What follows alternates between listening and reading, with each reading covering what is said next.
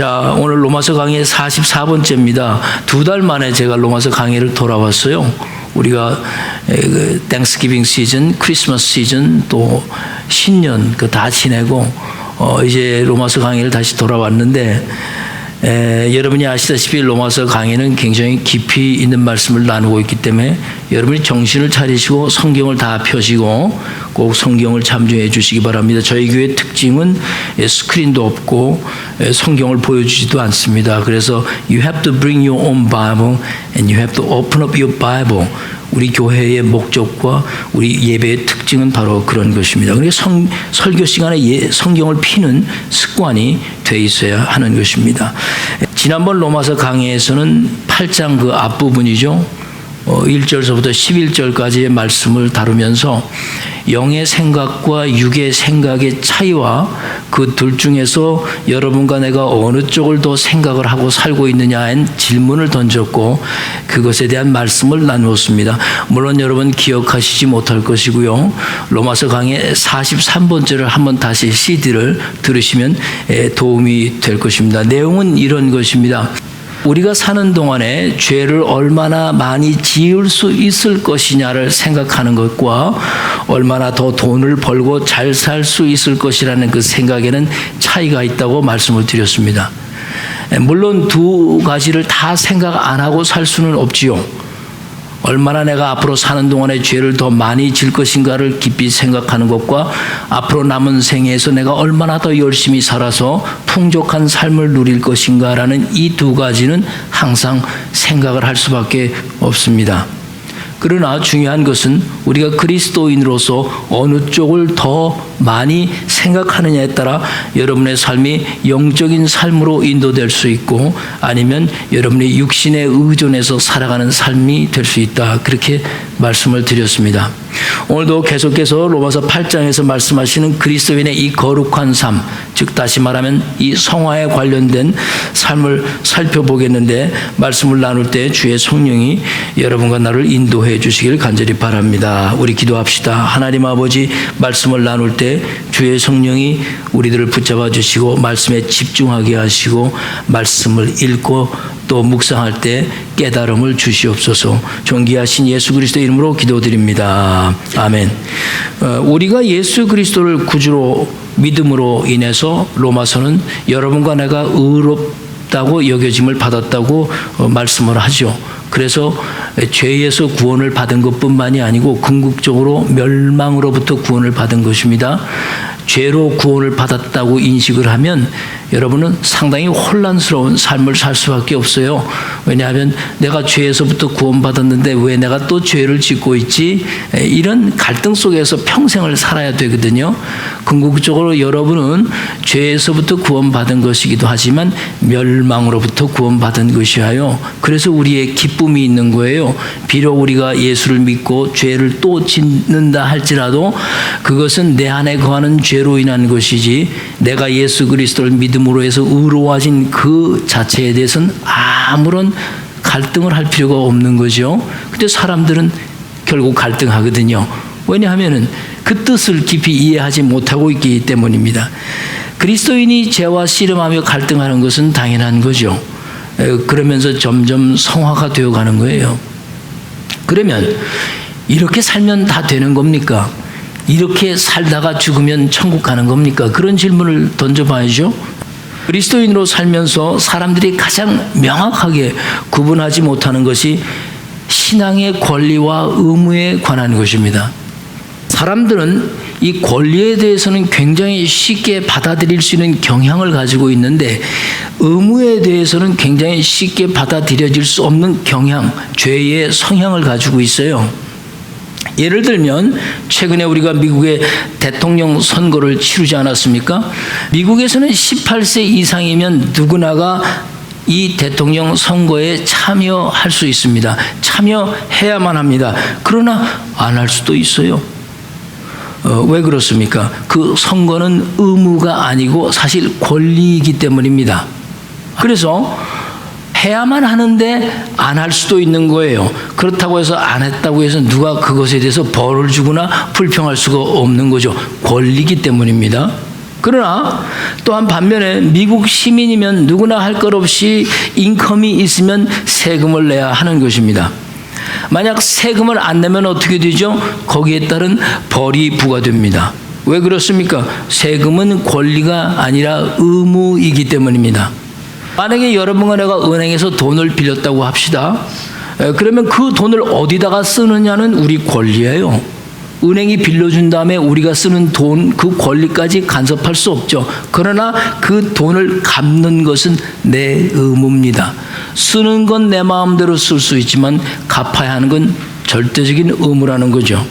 이런 거와 마찬가지로 그리스도인의 믿음 생활에서 의무적인 것이 있고 권리적인 것이 있어요. 그런데 사람들이 이걸로 혼동하는 거예요. 예를 들면 예배드리는 것이 권리냐 의무냐 이거 가지고 따지거든요. 헌금하는 것이 권리냐 의무냐, 봉사하는 것이 권리냐 의무냐, 전도하는 것이 권리냐 의무냐, 이런 것들을 생각하고 권리냐 의무 따지기 시작하면 신앙생활이 골치 아파지게 되는 겁니다. 그래서들 신앙생활하면서 괴로워하고 갈등하고 기쁨이 없는 거예요.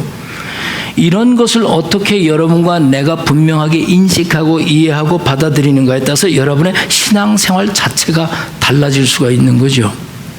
만약에 예배나 헌금을 의무시하게 되면 예배나 헌금을 하지 않은 사람은 아주 자격이 없는 사람이 되어버리는 겁니다. 그리고 그 사람은 거기에 대한 대가를 치러야 하고 정죄까지 받아야 하는 거죠.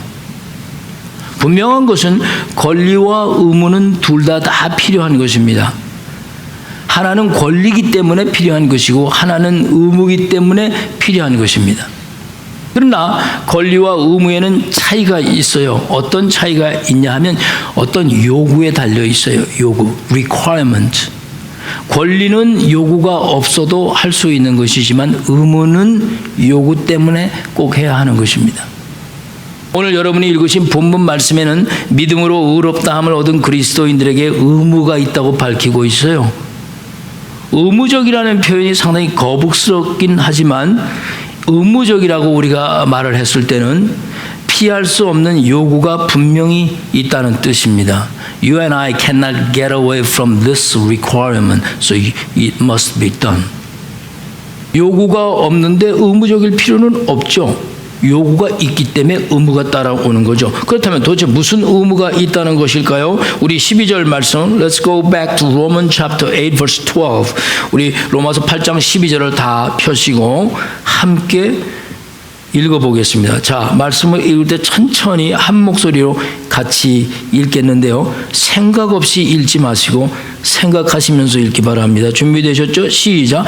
그러므로 형제들아 우리가 빚진 자로 돼 육신에게 져서 육신대로 살 것이 아니니라.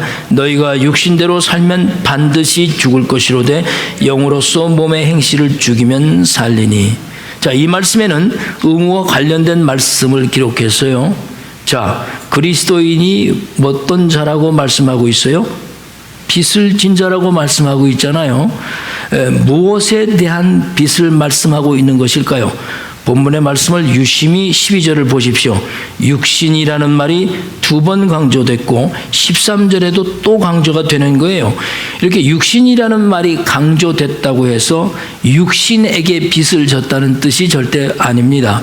성경이 분명하게 말씀하는 것은 그리스도인의 의무는 바로 육신에 따라서 살아서는 안 되는 것이다. 그게 의무인 거예요. 우리가 빚을 진 자라고 얘기하는데 그러면 육신의 빚을 진 거냐? 아닙니다. 육신의 빚을 진 게 아니고 우리는 육신에 따라 살지 않는 그 삶이 결국은 그 빚을 진 것을 갚는 길입니다. 이렇게 말씀하는 거예요. 이해가 되셨죠? 그렇다면 도대체 어떤 요구가 있었길래 그리스도인이 이렇게 의무적이 되어야 한다는 것일까요? 먼저 여러분과 나는 성경이 어떤 요구를 하고 있는지를 살펴보는 것이 매우 중요하겠습니다. 그 요구에 대해서는 로마서 8장 3절 4절로 돌아가야 됩니다. 4절 말씀의 요구가 무엇인지를 밝혔는데요. 3절과 4절을 함께 읽겠습니다. 준비되셨죠? 시작.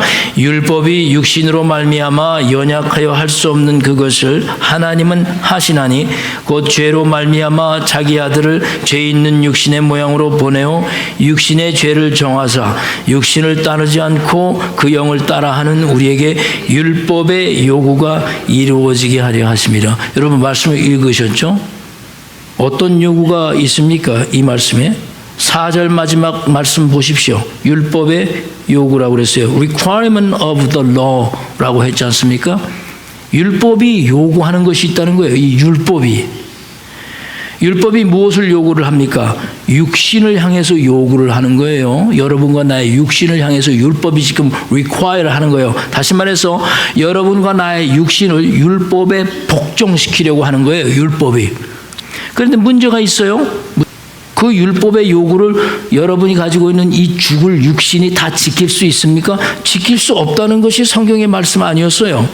그 이유가 무엇이라고 3절에 밝혔습니까? 육신으로 말미암아 어떻게 해서 연약해서 할 수 없는, 우리 육신은 연약하기 때문에 그 율법의 요구를 다 들을 수가 없어요. 그래서 그 육신이 연약해서 할 수 없는 그것을 누가 대신해 주셨다는 거예요? 하나님께서 하시나니. 할렐루야. 여러분과 내가 가지고 있는 이 죽어 없어질 육신이 그 율법의 요구에 다 응할 수가 없기 때문에 하나님께서 그것을 대신해 주셨다. 할렐루야. 이게 복음인 거거든요. 율법이 요구하는 것을 육신이 연약해서 할 수 없는 것을 우리 하나님께서 십자가에서 다 해결해 주신 거예요. 성육신 하셔서 그 십자가에서 그 육신으로 말미암아 우리가 할 수 없는 그 모든 것을 다 거기서 해결해 주셨다는 거죠. 그러므로 이제 우리에게는 의무가 해결이 되는 거예요. 의무가. 그래서 율법에 대한 정죄가 없어진 거예요. 그 의무가 없어졌으니까. 그러니까 여러분과 나에게는 이제 뭐만 남은 줄 아셨죠? 권리만 남은 거예요. 권리만. 의무로 할 것이 하나도 없어요. 그러므로 여러분과 나의 믿음 생활은 의무로 하는 것이 아니라 모든 것이 다 권리로 하는 겁니다. 그런데 보세요. 여러분과 내가 지금까지 신앙생활을 해오면서 어떻게 해오셨습니까? 전부 다 의무화시켜버렸어요. 예배도 의무화시켰고 헌금도 의무화시켜버렸어요. 봉사도 다 의무화됐습니다. 그러니 그리스도 안에서 이 자유로움이라는 게 없는 거예요. 다 의무화돼 버렸습니다. 의무는 없는데 아직도 의무에 묶여 있는 거죠. 그래서 그 의무감에 묶여서 하는 거예요. 지금 여러분과 내가 오늘 이 자리에 나와서 하나님 앞에 경배와 예배를 드립니다. 우리가 성만찬을 나누죠. 의무로 하는 건가요?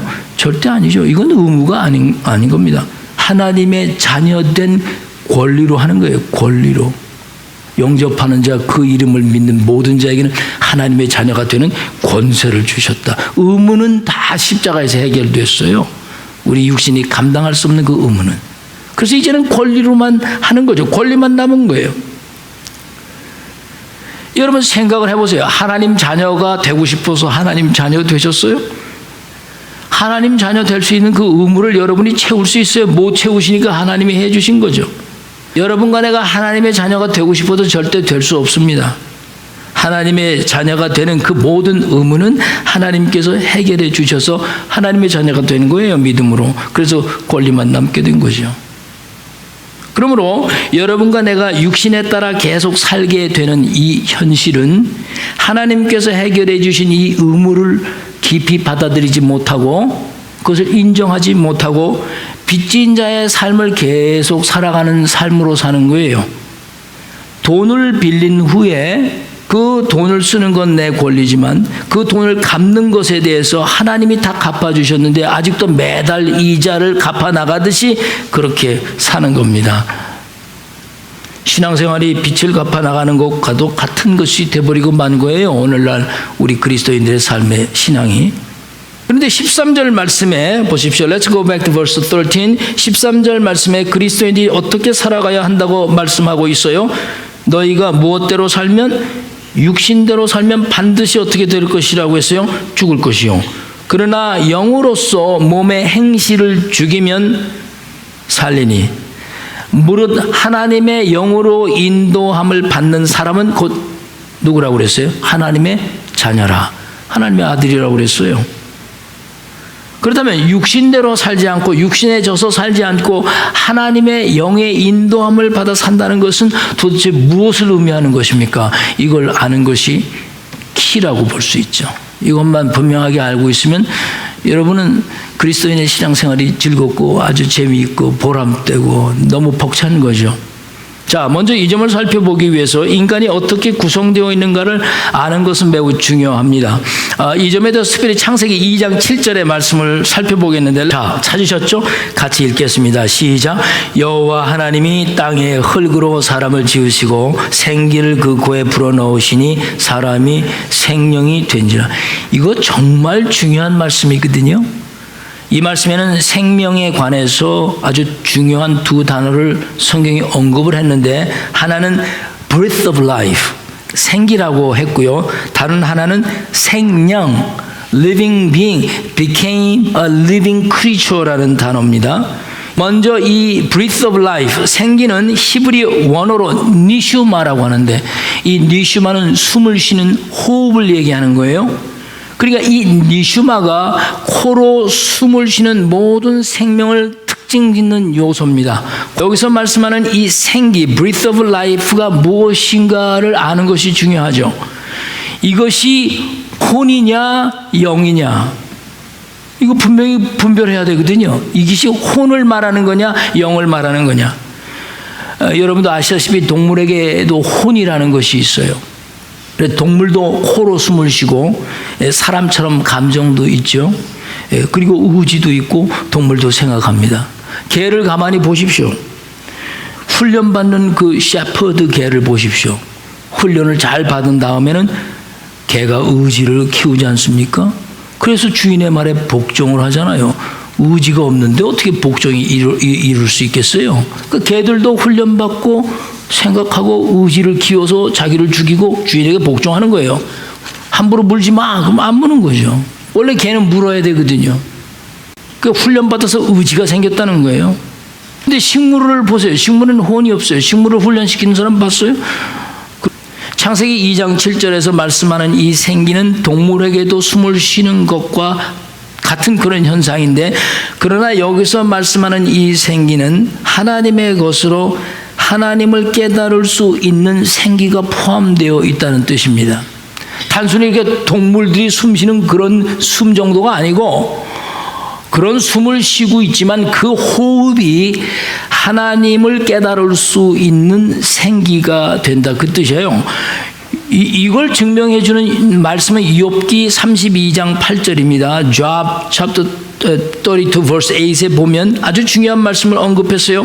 고통당하는 욥이 자신을 의롭다고 하니까 친구 엘리후가 논쟁을 벌였습니다. 네가 어떻게 의롭다고 할 수 있느냐?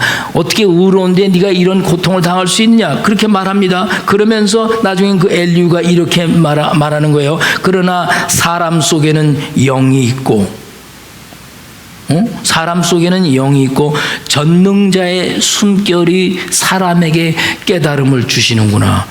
이렇게 말씀했어요. 그러면서 뭐라고 얘기했냐면, 어른이라고 지혜를 깨닫고 노인이라고 해서 정의를 깨닫는 것이 아니다라고 꼬집어 말했어요. 나이 들었다고 해서 모든 것이 다 지혜고 나이 들었다고 해서 모든 것이 다 정의롭게 판단하는 것이냐? 아니다 그랬어요. 하나님께서 그의 영을 통해 주시면 지혜도 정의도 어린아이들도 깨달을 수 있다, 이렇게 말씀했어요. 그러니까 하나님은 우리와 교통하시는 하나님이에요. 나이에 상관없이 하나님의 영이 우리와 교통하면 하나님을 깨달을 수 있게 하신다는 거예요. 그러므로 창세기 2장 7절에 말씀하는 이 breath of life는 하나님과 교통할 수 있는 생기를 말씀하는 거예요. 그냥 숨 쉬는 숨이 아닌 거예요. 그러므로 하나님께서 인간을 흙으로 만드신 후에 그 사람에게 생기를 그 코에 불어 넣으셨다는 뜻은 사람이 호흡할 수 있는 존재가 되었을 뿐만 아니고, 그 호흡이, 그 영이 하나님을 깨달을 수 있는 존재가 되었다는 뜻이에요. 그러므로 사람 안에 있는 이 영이 보이지 않는 하나님과 보이지 않는 세계와 교통할 수 있다는 거죠. 근데 사람들 보면은요, 아주 대부분이 다 혼을 통해서 하나님과 교통할 수 있다고 생각하는 아주 오류들을 범하지 않습니까? 그 영은 없는데 자신의 혼으로 하나님을 교통하고 있다고 생각을 하는 착각 속에 빠지는 거예요. 그래서 성경에서 종종 내 마음과 내 생각으로 하나님과 교통하는 것처럼 말씀하는 그 표현을 하나님의 영을 통해서 사람들의 마음과 생각과 감정에까지도 하나님이 영향을 미친다는 뜻이지, 하나님의 영이 없는데 내 감정만 가지고 하나님과 교통할 수 있다고 생각하는 건 굉장히 큰 오류를 범하고 있는 겁니다. 하나님의 영이 없는 사람이 어떻게 그의 마음과 생각 속에서, 감정 속에서 하나님과 교통하고 자기의 의지로 하나님의 말씀에 복종할 수 있겠어요? 불가능하다는 얘기죠. 중요한 것은 이 breath of life, 생기가 흙으로 만들어진 사람들의 코로 들어갔을 때 그 사람이 무엇이 되었다고 그랬어요? 생명이 되었다고 했어요. living being이 됐다는 거예요. 움직이는 사람이 됐다는 거예요. 여기서 이 두 번째 중요한 언어, 생명은 히브리어로 네페시예요. 다릅니다, 뜻이. 이 네페시란 단어는 영어로 번역하면 아주 영어가 잘 번역했어요. soul, S-O-U-L. 우리가 soul이라는 말 잘 써요. soul. 그러니까 생명인데 이 네페시가 사실 여기에만 사용된 것이 아니고 창세기 1장 20절이나 창세기 2장 19절에 생물이라고 표현한 그 모든 그 단어 네페시라는 얘기를 썼어요. 다 생명이라는 뜻이에요. 움직이는 것들 다 생명이라는 거죠. 혼, 소울을 가지고 있다는 거죠. 그러나 사람은 창세기 1장 27절 말씀에 의거해서 하나님의 형상대로 창조된 유일한 피조물이기 때문에 하나님과 교통할 수 있는 영을 가지고 있다는 겁니다. 그 생기가. 그래서 생명, 소울을 가지고 움직이며 활동하는 사람이 되었다는 거예요. 창세기 2장 17절에 하나님께서 사람에게 이렇게 말씀을 하셨습니다. 선악을 알게 하는 나무의 열매는 먹지 말라. 내가 먹는 날에는 반드시 죽으리라고 하셨을 때 이 말씀에서 이 죽는다라는 뜻이 무엇을 의미하는가? 이것을 질문할 때 아마도 생기, 이 breath of life가 이 breath life of로 인해서 얻은 이 living being, 이 생명이 원래가 생기가 없는 모습으로 돌아가는 그 상태가 죽은 거예요. 창세기 3장 19절 말씀에는 분명하게 뭐라고 얘기했냐면 사람들에게 너는 흙으로 돌아갈지니라 그렇게 말씀하셨잖아요. 그게 뭐냐면 그 생기가 빠져버린 생명, 그냥 죽은 상태라는 거죠. 그러므로 로마서 5장 12절 우리가 살펴본 말씀에 죄로 말미암아 이 세상에 사망이 들어왔다라고 말하잖아요. 하나님께서 사람에게 코에 불어넣어 주신 그 생기가 우리의 그 육신과 분리되는 상태, 바로 그게 사망인 거죠.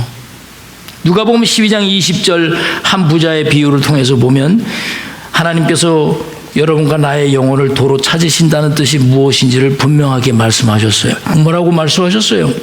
하나님은 이르시되 어리석은 부자요, 오늘 밤에 내 영혼을 내가 도로 찾으리니 그동안 내가 준비한 이 모든 것이 도대체 누구의 것이 되겠느냐, 그렇게 말씀하셨잖아요. 이 말씀에서 내 영혼을 도로 찾으시겠다라는 이 뜻은 그 생명이 되어 있는 너의 육신과 이 생기를 분리시킨다는 뜻이에요. 그러나 영은 몸에서 분리가 된다고 해서 우리의 육신처럼 없어지거나 죽어지지 못합니다. 죽는다는 것, 없어진다는 것은 물질 세계에서나 가능한 거지 영의 세계에서는 적용될 수가 없는 거예요. 그 생기는 없어지지 않는 거예요. 여러분 몸에서 분리가 돼도. 왜? 그것은 하나님께로부터 온 것이기 때문에 없어질 수가 없죠. 그건 만들어진 것이 아니기 때문에.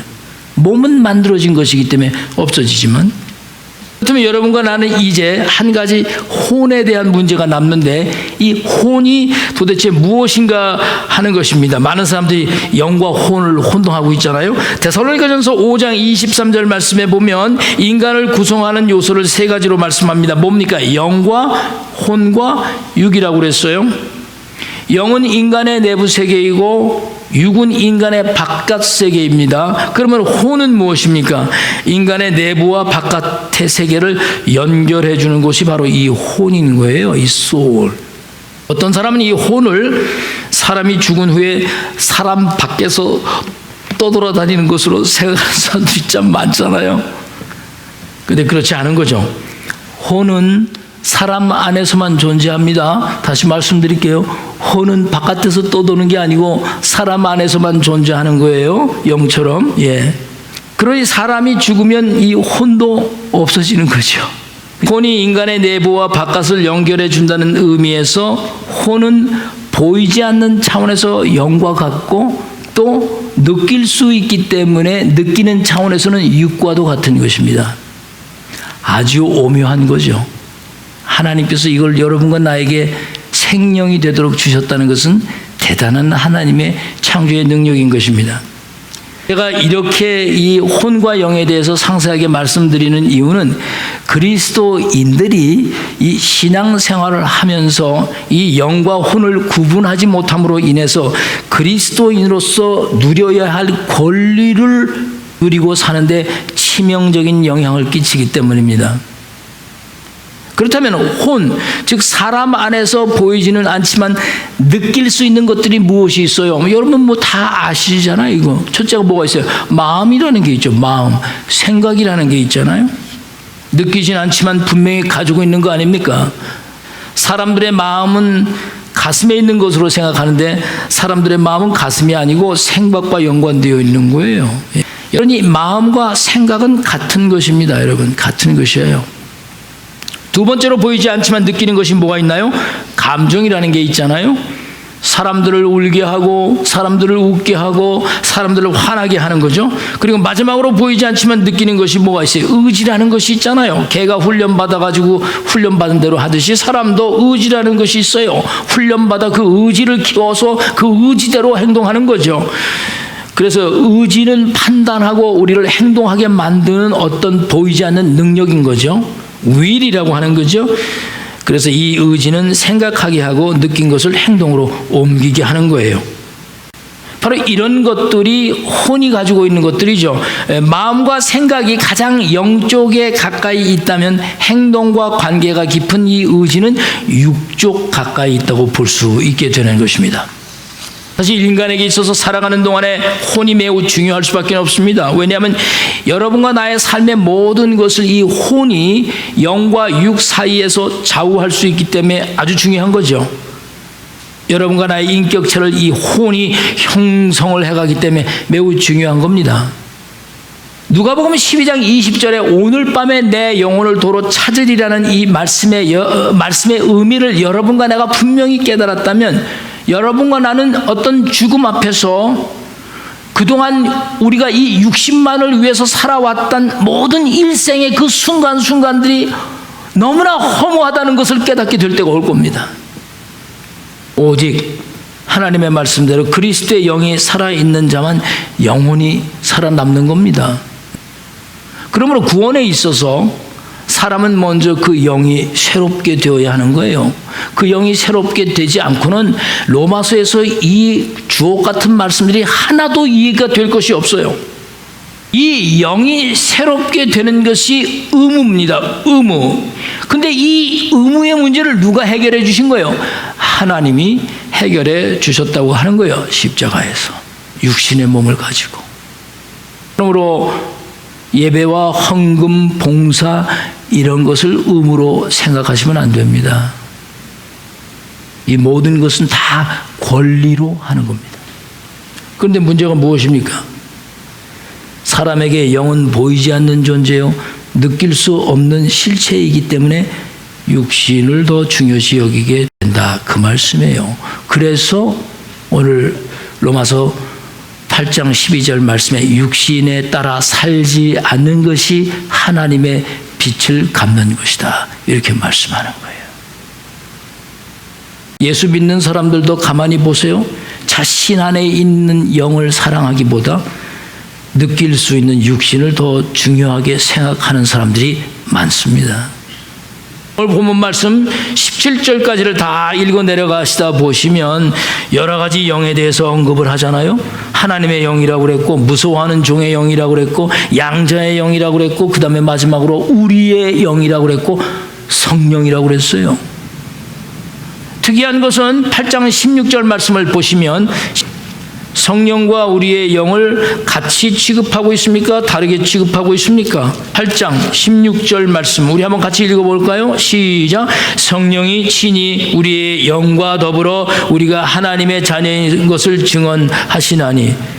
자, 16절 말씀에 보면은 우리의 영과 성령이 더불어서 함께 입증한다고 말씀하고 있잖아요. 우리의 죽은 영이 하나님의 영으로 말미암아 거듭나서 우리가 성령이 되는 것은 아니잖아요. 성령은 성령일 뿐이죠.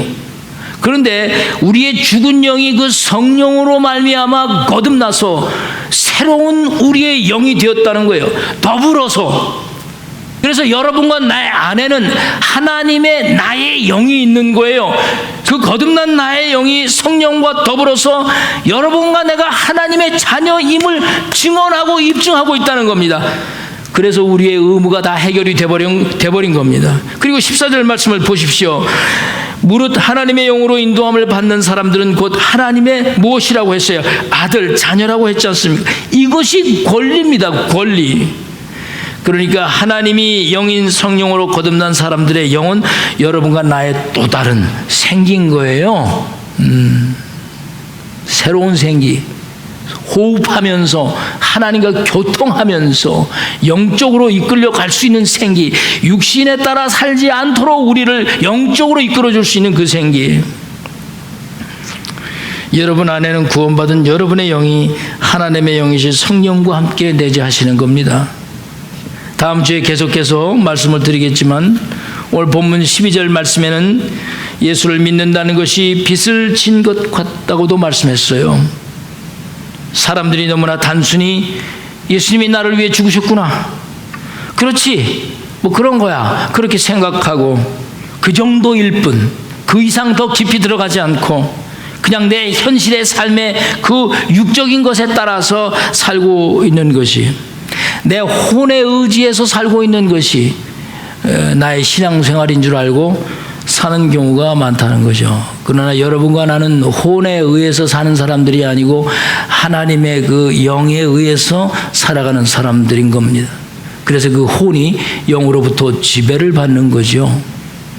그래서 우리의 감정을 우리 안에 하나님의 영이 조절을 해줄 수 있는 거예요. 분노를 가라앉힐 수 있는 거예요. 억울하고 분함을 내려놓게 하는 거예요. 자기 자신을 죽일 수 있도록 하는 것은 내 혼이 하는 능력이 아니고 하나님의 영이 하시는 능력인 거예요. 여러분, 성경이 빚을 졌다고 말씀하는 것은 갚아야 할 것이 있다는 뜻입니다. 그렇다면 하나님께서 여러분과 나를 믿음으로 말미암아 의롭다고 하시고 우리를 죄악과 멸망으로부터 구원하여 주셨는데 여러분과 내가 하나님 앞에 갚아야 할 그 빚이 무엇입니까? 오늘 우리는 그것을 생각해 보는 것입니다. 헌금을 많이 내야 하는 것이 그 빚을 갚는 것이 아닙니다. 봉사를 많이 해야 그 빚을 갚는 것으로 생각하는 강박관념에서 자유로워지셔야 합니다. 그래서 성경은 그런 것을 빚을 진 것을 갚는 것이라고 말씀하지 않고 복음의 빚을 진 것에 갚는다는 의미는 그러므로 형제들이 우리가 빚진 자로 돼 육신에게 져서 육신대로 살지 않는 것이 빚을 갚는 것이다. 이제 우리는 100번째 예배를 눈앞에 두고 있습니다. 100분의 예배를 여러분과 내가 하나님 앞에 드렸다면 여러분은 도대체 이제 무엇이 변해야 했을까 생각해 보아야 합니다. 육신에 묶여 살고 있는 우리들의 삶에서 더욱 거룩한 삶으로 날마다 성화되어 가는 그리스도 예수의 영이 우리와 더불어 세상을 향해 내가 거룩한 자라 증언할 수 있는 그런 권리의 사람으로 살아가시기를 주의 이름으로 간절히 축복드립니다.